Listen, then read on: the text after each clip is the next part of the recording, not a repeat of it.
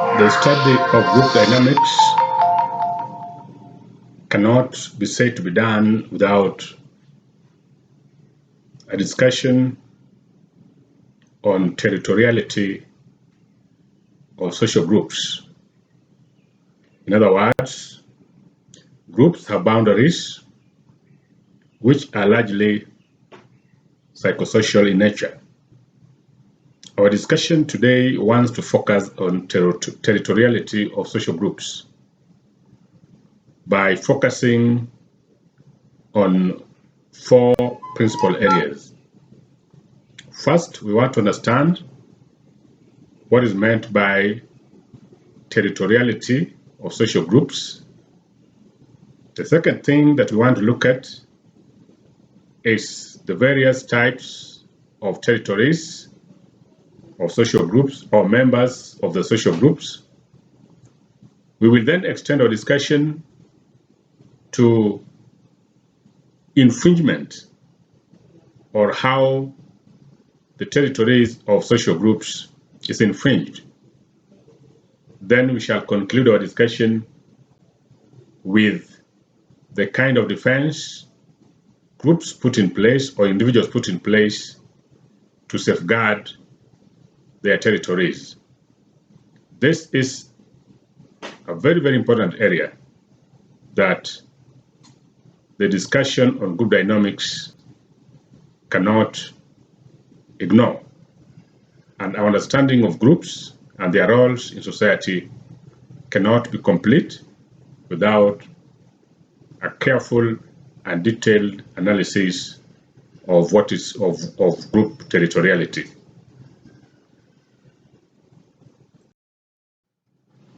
Territory refers to an area controlled by an individual, a family, or a group, with the emphasis being on physical possession, actual or potential, as well as defense of that area. That is the simple meaning of what territory is. Now, when we talk of territoriality, we mean a behavior by which a group lays claim to an area and defend it against occupation or ownership by other groups so as to ensure its survival and persistence.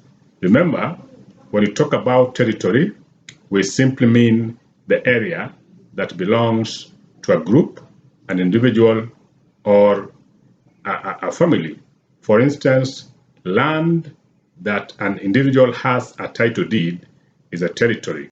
But now when you talk about territoriality of that land, we are simply now talking about the behavior that individuals, the owner of the land, shows so that he can claim, defend, and use that particular area to ensure that the land still remains to him. Territoriality might also be defined as a pattern of attitudes and behaviors that is held by a person or group and which is based on perceived, attempted, or actual control of a physical space, object, or an idea. So when you talk about territoriality, it is not just a physical object or a physical space such as land. It can also just be a mere object such as a mobile phone that an individual owns, or an idea such as a music production. If somebody produces music, that also belongs to his territory because it is his idea. And therefore, when you talk about the territoriality, it is more about the kind of behavior an individual shows to tell the world that that particular idea belongs to him, and the efforts that that individual puts in place to protect that idea from being owned by others.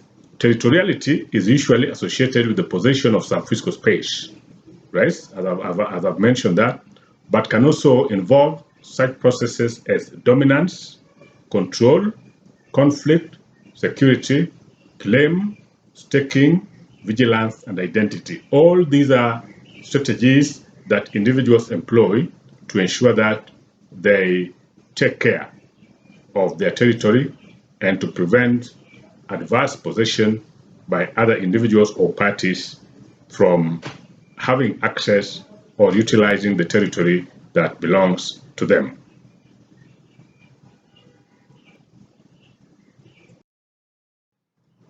Let's now look at the various types of territories that are found in groups or among members that constitute the group.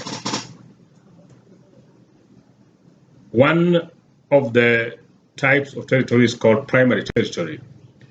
By primary territory, we mean an area which is owned, used exclusively, and controlled permanently, and becomes a major part of the daily activities of an individual. It can also be defined as a space which is owned by individuals or primary groups, controlled on a relatively permanent basis by them, and also controlled to their, rather also central to their daily lives. Primary territories have high permanent ownership of space and are exclusion controlled, and its violation is considered a serious threat to the individual or groups. Examples of primary territories are one's bedroom, office cabinet of an official of the group, such as the chairperson or CEO, among others.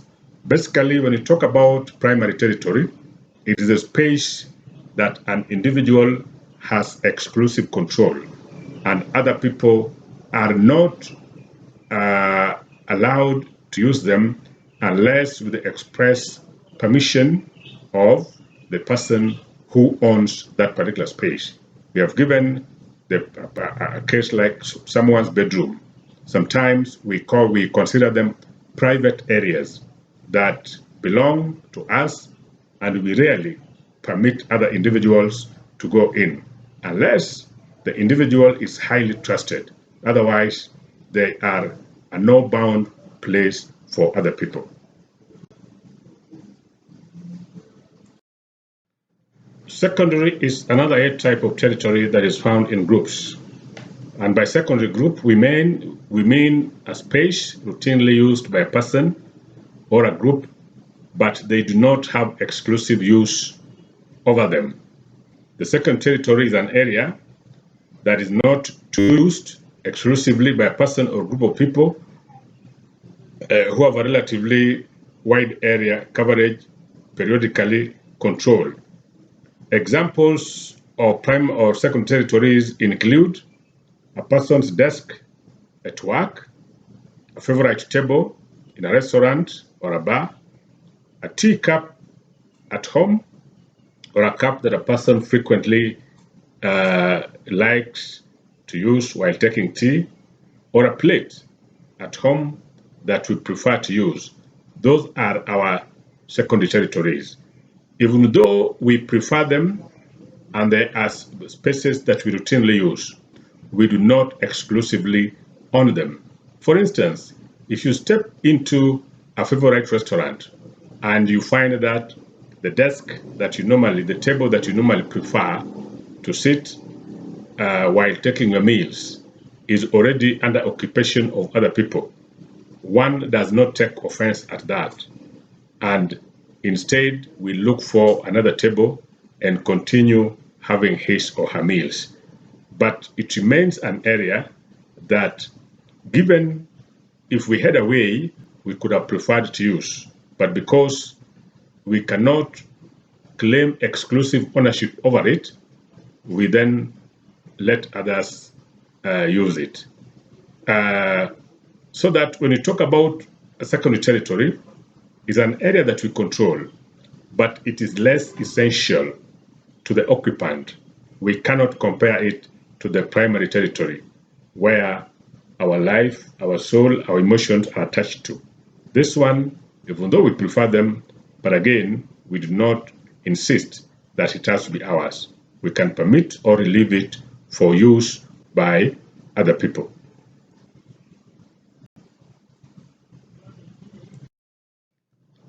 The other type of territory is called public territory. And public territories are spaces that are open to anyone in the public, and anyone with some level of respect is accepted to use them. Examples of such territories include the beaches, along the water bodies such as lakes and oceans, the sidewalks, along the road, hotel lobbies, or even open spaces that we find in urban areas, spaces that serve for recreation and entertainment activities. These territories may be closed, however, for some individuals due to discrimination, unacceptable behavior, or when hired for private or official use. For example, if say a president is visiting or is going to host a meeting, say in a beach somewhere, that facility, even though it's a public territory, it might be closed for some time before and during the presidential function for purposes of security. Once the function is over, the facility might again resort to the public for use by members of the public. So in that case, therefore, even though the facility is a public territory, its use or access might be restricted under certain circumstances, such as the one that I've given. Or, for instance, if a stadium that is known for soccer, for football matches, is hired by, say, a political party, or is hired by a group that wants to conduct its wedding or carry out certain functions there, again, that stadium, access to that stadium to non-members of the function that is going on there might be restricted only for purposes of that particular activity. Once that activity is done, then again, the use of that space resorts back to the public. So what we mean here is that even though a public territory might be open to everyone, there are certain times in which restrictions might be placed on individuals. I want to also give an example of, say, a public territory like a stadium where people go to watch live soccer. Sometimes certain spectators might be restricted from accessing the stadium either for life or for some time if their behavior is found to be compromising the security or the right of other spectators, such that we have seen cases where particular spectators are banned from attending soccer matches, either because of violence or because of certain characteristics that the owners or the facility managers consider as not being appropriate or healthy for other users of the facility. So restrictions can still be made even if a facility is a public territory.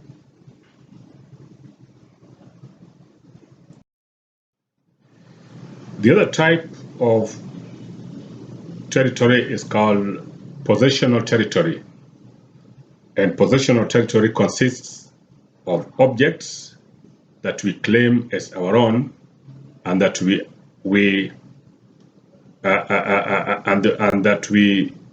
move with wherever we are.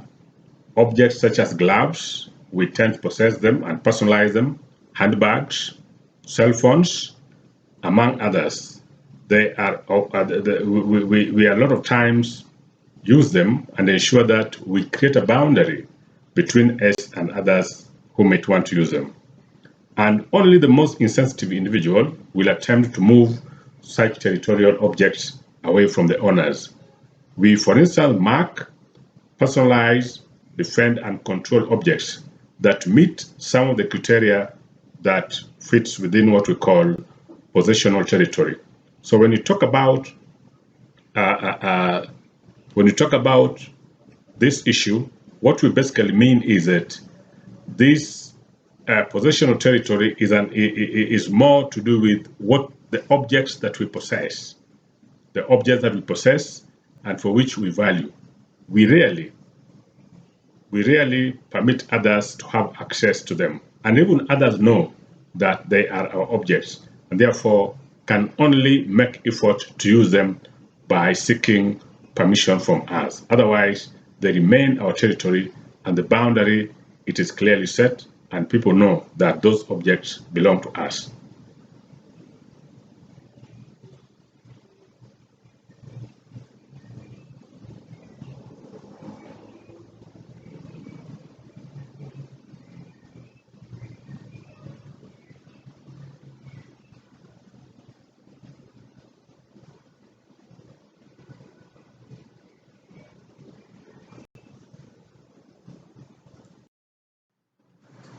The other type of territory is called idea or intellectual territory. It refers to space people or groups have over the creations of their minds or ideas, and therefore have exclusive right over the use of such creations. Examples of such territories are music produced by individual, intellectual writings such as that of a book, innovations that are found in software and other fields, fashion production, among others. People defend their ideas through a number of means, including patents and copyright, and these rules have been adopted in many countries in their legal systems. There are also rules against practices such as plagiarism, which have been imposed by learning institutions, journals, and other intellectuals or academic institutions for purposes of ensuring that individuals do not use other people's ideas without acknowledging them. All this is done to ensure that individual ideas or intellectual territory is highly guarded and protected so that people may continue to enjoy and have exclusive use over their ideas or intellectual outputs.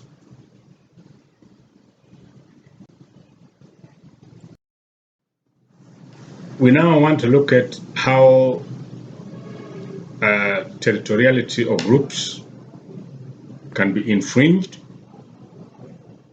or can be undermined.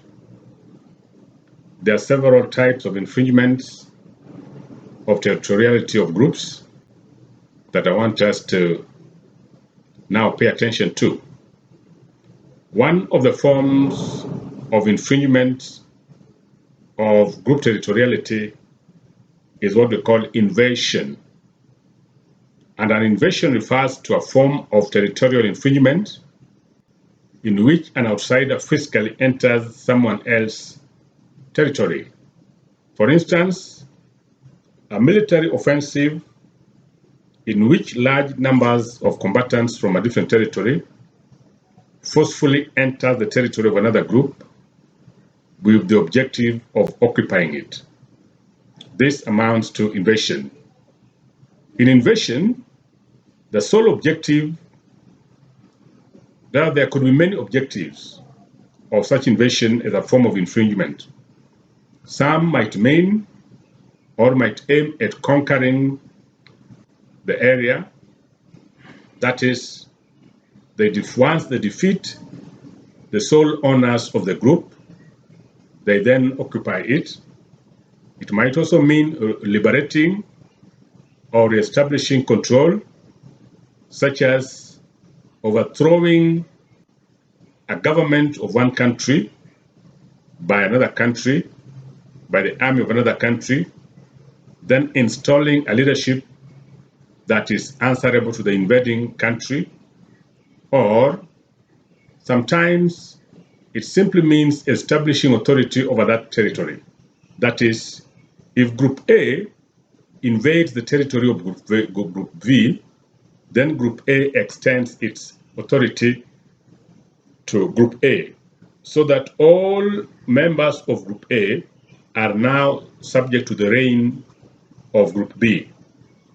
Invasion may also be affected to force the partition of the invaded territory. For instance, a group can invade another territory for purposes of annexing part of that territory and joining it with its territory. This one has happened in several states, like what we have between Russia and Ukraine, in which portions of eastern Ukraine have been annexed by Russian authorities, and Russia has established its authority over that area and has claimed it that such areas are now part of Russia. Again, it might also simply mean gaining concession, that is, invading a country for purposes of exploiting the resources of that particular country. Once resources are fully exploited, then the invading group leaves and leaves a fully exploited region to the former group leadership or group members. So that is what we mean by invasion as a form of territorial. The other type of territorial infringement is called violation. And a violation refers to a temporary infringement of someone's territory with the goal being not ownership, but merely annoying the group. Sometimes it occurs out of ignorance, such as straying into a member of the opposite sex washrooms due to inability to read the labels properly. Indeed, in that case, a man has invaded the territory of women, but not intentionally.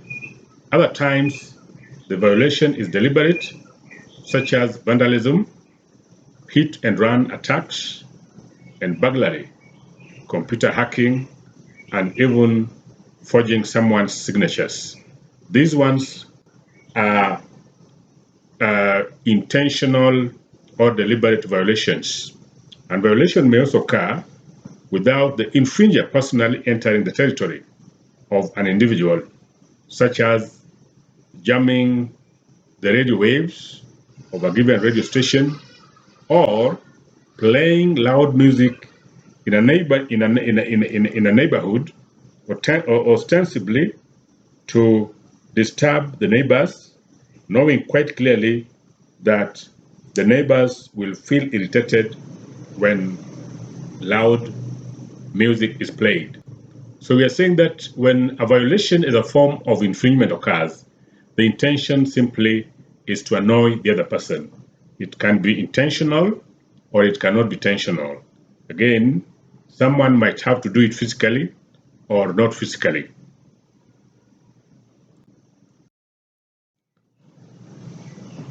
Contamination is yet another form of infringement of group territoriality.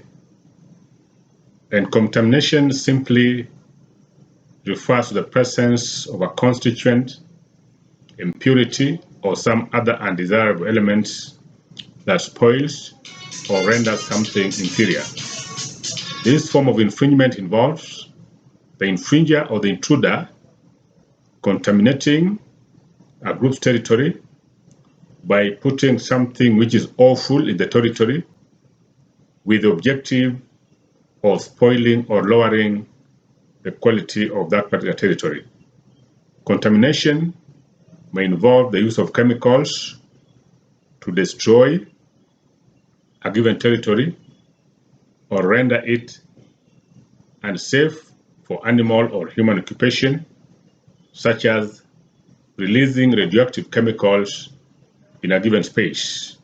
Examples would be a chemical company leaving poisonous waste in the ground for residents to deal with, or a house guest leaving the kitchen filthy, or pesticide spray drifting into one's compound, or simply directing sewage waste to residential or recreational areas. All these acts amount to contamination, and they are forms of territorial infringement. The aim here is to make the person, rather the region, the area, the space, look unpleasant, and therefore either not fit for human occupation or not pleasant for the kind of activities that an individual wanted to do. There was a case in last year's general elections in Kenya, in the 2020 general elections, when one of the politicians decided to ferry raw sewer and pour it in a ground where a political grouping had planned to hold its meeting. It became completely impossible for the group to continue with the meeting in the ground, despite the fact that it had booked it. It rendered it smelly, awful, and completely not suitable for the function for which it was booked for. So that's an example of contamination.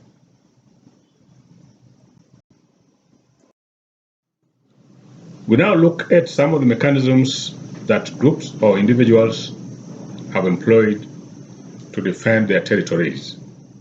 One of the mechanisms is called personalized markers, or the use of personalized markers. Invasion of territory can be prevented in a number of ways, and markers might include placing nameplates on the office doors and car park areas to assert ownership of the territory. Indeed, in many organizations, we have seen car parks with the labels of office holders. For instance, a given car park can be given the label of the chairman or the CEO or finance director. The reason for that labeling is to prevent other individuals other than the one that is meant to park in this place, that particular place, from parking there. So the whole thing here is to assert authority. We have also seen the doors of certain offices labeled. For instance, finance officer, chief accountant, CEO, all those titles, they are put there to show ownership, that such and such a room belongs to a particular person. Invasion of territory is also prevented by such acts as placing books, coats, and even notebooks in our preferred spaces to communicate the ownership of territory, such as a table in the library. We have seen quite a number of times somebody marking a given table in the library by placing a book, his pen, or even a coat on the chair that is in the library, as a way of marking that particular territory and communicating to other users that that particular place belongs, or that particular space belongs to that particular person. Through the use of personalized markers, people are able to regulate social interaction within territories perceived as theirs, or to prevent unauthorized individuals from entering or using the territory. And individuals and groups also can use visual signs, such as erecting perimeter fence in one's land, or erecting barbed wire in one's land to prevent physical entry by others, or simply putting signposts and warnings, such as there are places where the homeowners have put warnings in their gates indicating or written umbwa kali, meaning that there's a fierce dog and therefore you should not dare enter in by force. All these are used to deter perceived trespassers from entering the territory. So personalized markers is one of the mechanisms that groups and individuals employ to prevent or defend their territories. The other method that groups use is what we call the social boundary. This type of territorial defense involves the use of certain forms of restrictions to limit others from accessing personal items such as cell phones, or what we popularly in Kenya call mobile phones, computers, and even some spaces. For instance, people set passwords to prevent or limit access to items such as personal mobile phones and computers. And we also have passwords that we use to access our social media sites, our email address, among others. So password is a form of social boundary that individuals use to prevent access or to defend their territories, so that if you do not know password, it is quite difficult for you to access those territories unless you have serious IT skills, and therefore you are able to hack into the system and access it without permission being granted by the owners. Again, individuals also use other strategies such as locking of personal spaces such as bedrooms, drawers in the office, to prevent access to such spaces by unauthorized individuals. Indeed, we lock our offices, we lock our rooms, or any other areas that we think we do not want other people to access. So locking rooms is also a form of social boundary that individuals and groups employ to prevent entry or to defend their territories. Access to personal items such as bank ATM cards, mobile money transaction systems are also have restricted access, and individuals have ensured that unauthorized users may not have access to such services. This one they do so through the use of PIN, or what we call personal identification numbers. People hide their PINs and ensure that they are the only ones that know the PIN of their ATM cards, among others. These are all systems that are used to ensure that unauthorized persons do not have access to our territories.